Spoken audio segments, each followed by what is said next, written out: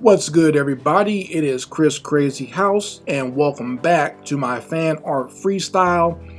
Since I drew Proto Man in my last fan art freestyle, I told you I would draw Sniper Joe from the Mega Man games. So let me explain a little bit about Sniper Joe for those who don't even know the history of the character.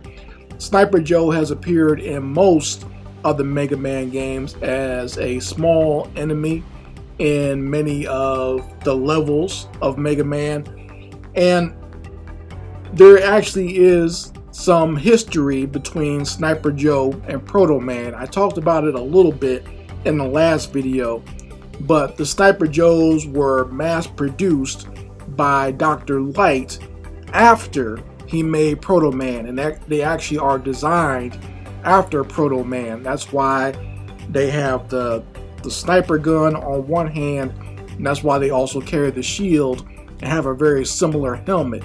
So that's where Dr. Light got the idea to make the Sniper Joes, and they're made to be military robots. They're made to be guards. So these are probably one of the only robots that were built for any type of military use or aggression. Okay, most of the other robots that Dr. Light helped to create were mostly made for peaceful things like construction or just for service, but Sniper Joes were specifically built for combat and military use. So that's why they appear in a lot of military apparatuses as well throughout the Mega Man game. So you have the regular Sniper Joe, which is what I'm drawing here.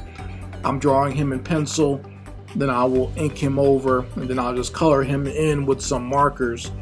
But this is just the regular Sniper Joe that you see in the Mega Man games, and he has, he stands on two legs. He's more humanoid than a lot of the other robots that Mega Man fights within the games, outside of the robot masters themselves.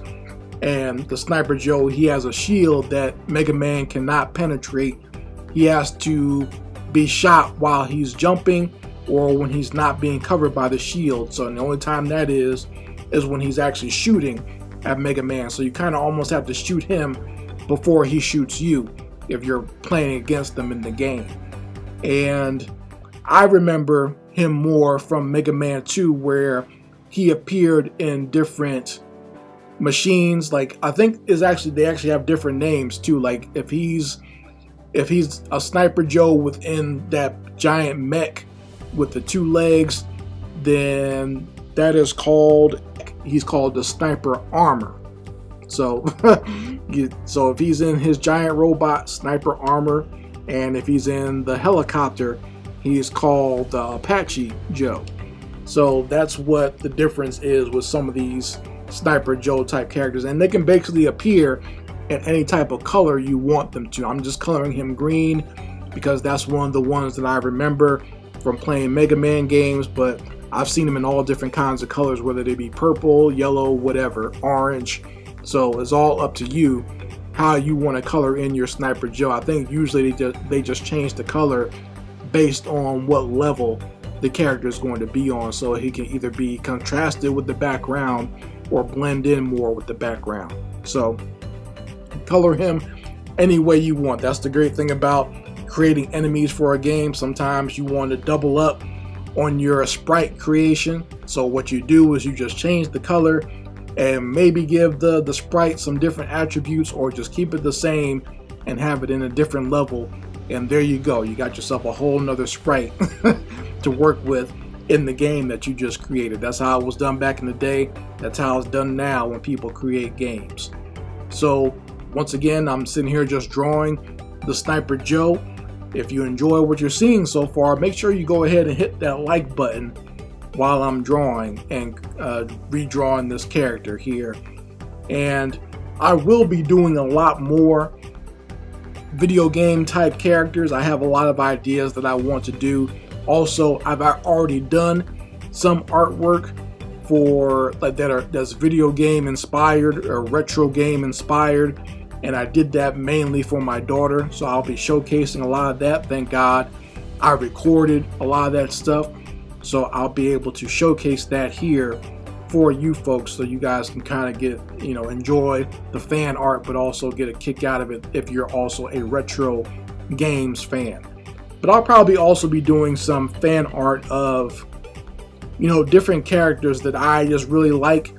So it won't just be, retro games. I'll do some retro comic book characters. If you've seen some of my shorts on this channel, you've seen some of the classic Marvel villains that I've drawn in my sketchbook. I'll be coloring those in and adding those to the fan art freestyle. I'm going to be drawing some independent characters some more. So just like I drew some of the characters from independent comic books like Agent Solo, or what was the other one that I just did? One of the villains from Agent Solo. You can just go ahead. I'll be doing other stuff like that as well. So I'll be drawing some independent comic book characters that I like. So it won't just be me drawing retro game characters or characters that you're familiar with. I'll also probably be doing some fan art of characters that I like from independent comics. I own a lot of independent comics from black creators, and I just enjoy their work, and I might just do some fan art of their characters, kind of like what I did with Raymond Leonard's character of Agent Solo and the villain Strikeout on this channel. I'll do that with some of the other characters or independent characters that I find or that I like to draw, and just as a way of not only just showing my fandom of these independent creators out there, but also just giving them a shout out and also showcasing some of their characters out there that I think that other people will appreciate, not just me. Okay, because there's a lot of extremely talented artists and creators out there, and I feel like their artwork deserves to be seen on a massive scale and get out there just as much as some of these classic old school characters from comic books or video games. So as time goes on with the fan art freestyle, especially this summer, you'll be seeing some other designs that you may not be all the way familiar with, but these are things that you should be familiar with, and things that you should know, and characters that you should know and appreciate. And I'll do my best to make sure that I give links to where you folks can go buy those independent comics as well, or independent content. Some of the stuff is not going to be based on comics, some of it from independent games that I like as well.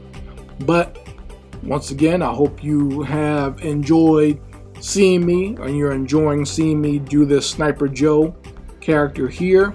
I did it all traditionally, so he's done with just mechanical pencil.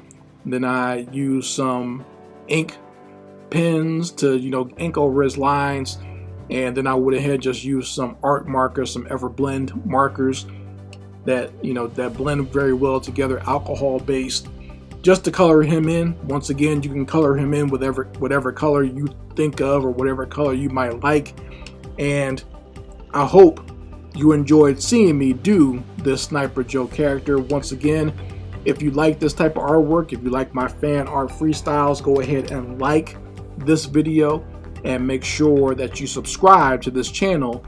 And if you haven't seen the other fan art freestyles, go back and check those out, and check out my other projects here on this channel at Chris Crazy House. Once again, I appreciate you all, and I hope to see you back here when I do some more fan art freestyles. Anyway, Chris Crazy House signing out. Peace.